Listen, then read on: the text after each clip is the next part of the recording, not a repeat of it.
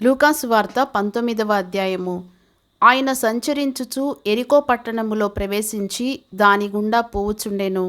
ఇదిగో, సుంకపు గుత్తదారుడును ధనవంతుడునైన జక్కయ్య అను పేరుగల ఒకడు యేసు ఎవరోయని చూడగోరెను గాని పొట్టివాడైనందున జనులు గుంపు కూడి ఉండుట వలన చూడలేకపోయెను. అప్పుడు యేసు ఆ త్రోవను రానయుండెను గనుక అతడు ముందుగా పరుగెత్తి ఆయనను చూచుటకు ఒక మేడి చెట్టెక్కెను. యేసు ఆ చోటికి వచ్చినప్పుడు కన్నులెత్తి చూచి, జక్కయ్యా, త్వరగా దిగుము, నేడు నేను నీ ఇంట నుండవలసి ఉన్నదని అతనితో చెప్పగా అతడు త్వరగా దిగి సంతోషముతో ఆయనను చేర్చుకొనెను. అందరూ అది చూచి, ఈయన పాపి అయిన మనుషుని యొద్ద బసచేయ వెళ్ళెనని చాలా సణుగుకొనిరి. జక్కయ్య నిలువబడి, ఇదిగో ప్రభువా, నా ఆస్తిలో సగము బీదలకిచ్చుచున్నాను.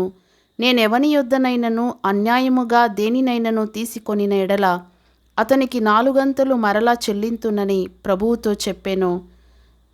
అందుకు యేసు, ఇతడును అబ్రహాము కుమారుడే. ఎందుకనగా నేడు ఈ ఇంటికి రక్షణ వచ్చి ఉన్నది. నశించిన దానిని వెదకి రక్షించుటకు మనుష్య కుమారుడు వచ్చెనని అతనితో చెప్పెను. వారు ఈ మాటలు వినుచుండగా తాను యెరూషలేమునకు సమీపమున ఉండుట వలనను దేవుని రాజ్యము వెంటనే అగుపడునని వారు తలంచుట వలనను ఆయన మరియొక ఉపమానము చెప్పెను.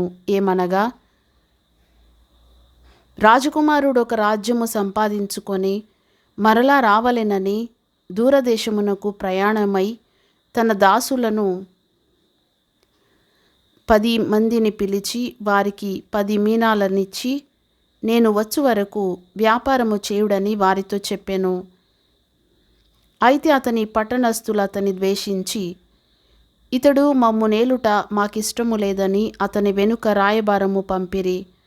అతడు ఆ రాజ్యము సంపాదించుకొని తిరిగి వచ్చినప్పుడు ప్రతివాడును వ్యాపారము వలన ఏమేమి సంపాదించెనో తెలిసికొనుటకై తాను సొమ్మిచ్చిన దాసులను తన యొద్దకు పిలువుమని ఆజ్ఞాపించెను.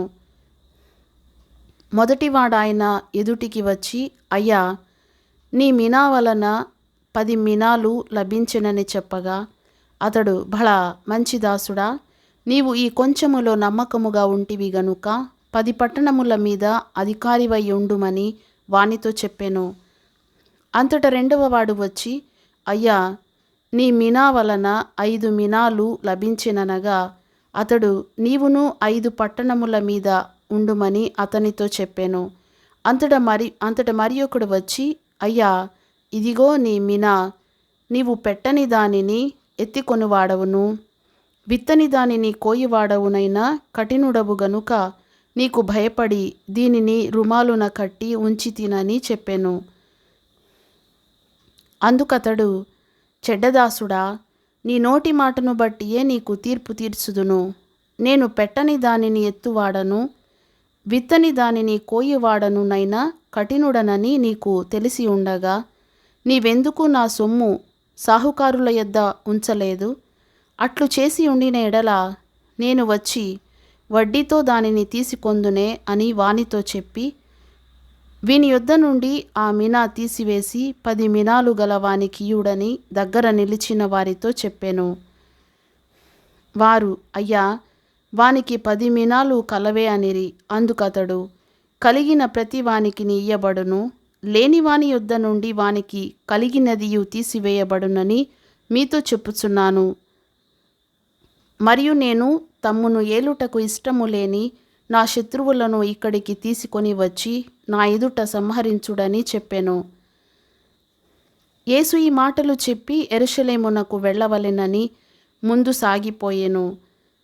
ఆయన ఒలివల కొండ దగ్గరనున్న బేత్పగే బేతనియ అను గ్రామముల సమీపమునకు వచ్చినప్పుడు తన శిష్యులనిద్దరిని పిలిచి, మీరు ఎదుటనున్న గ్రామమునకు వెళ్ళుడి.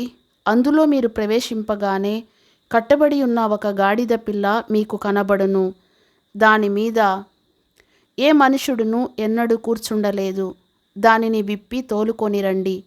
ఎవరైనను మీరెందుకు దీన్ని విప్పుచున్నారని మిమ్మును అడిగిన ఎడల ఇది ప్రభువునకు కావలసి ఉన్నదని అతనితో చెప్పుడని చెప్పి వారిని పంపెను. పంపబడిన వారు వెళ్ళి ఆయన తమతో చెప్పినట్టే కనుగొని ఆ గాడిద పిల్లను విప్పుచుండగా దాని యజమానులు, మీరు గాడిద పిల్లను ఎందుకు విప్పుచున్నారని వారిని అడిగిరి. అందుకు వారు, ఇది ప్రభువునకు కావలసి ఉన్నదనిరి. తరువాత వారు యేసునొద్దకు దానిని తోలుకొని వచ్చి ఆ గాడిద పిల్ల మీద తమ బట్టలు వేసి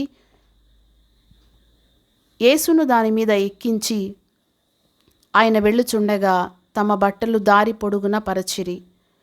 ఒలీవల కొండ నుండి దిగు చోటికి ఆయన సమీపించుచున్నప్పుడు శిష్యుల సమూహమంతయు సంతోషించుచు, ప్రభువు పేరట వచ్చు రాజు స్తుతింపబడునుగాక, పరలోకమందు సమాధానమును, సర్వోన్నతమైన స్థలములలో మహిమయు ఉండునుగాక అని తాము చూచిన అద్భుతములన్నిటినీ గూర్చి మహాశబ్దముతో దేవుని స్తోత్రము చేయసాగిరి.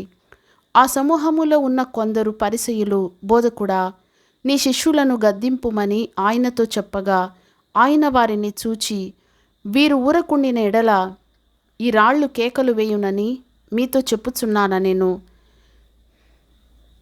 ఆయన పట్టణమునకు సమీపించినప్పుడు దానిని చూచి దాని విషయమై ఏడ్చి, నీవును ఈ నీ దినమందైనను సమాధాన సంబంధమైన సంగతులను తెలిసికొనిన ఎడల నీకెంతో మేలు, కానీ ఇప్పుడవి నీ కన్నులకు మరుగు చేయబడి ఉన్నవి.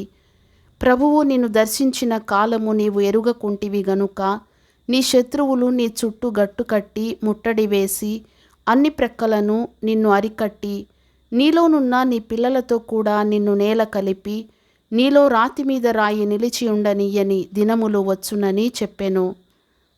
ఆయన దేవాలయములో ప్రవేశించి అందులో విక్రయము చేయువారితో, నా మందిరము ప్రార్థనా మందిరము అని వ్రాయబడి ఉన్నది, అయితే మీరు దానిని దొంగల గుహగా చేసితిరని చెప్పి వారిని వెళ్ళగొట్టనారంభించెను. ఆయన ప్రతిదినమును దేవాలయములో బోధించుచున్నప్పుడు ప్రధాన యాజకులను, శాస్త్రులను, ప్రజలలో ప్రధానులను ఆయనను నాశనము చేయజూచుచుండిరి గాని ప్రజలందరూ ఆయన వాక్యమును వినుటకు ఆయనను హత్తుకొని ఉండిరి గనుక ఏమి చేయవలెనో వారికి తోచలేదు.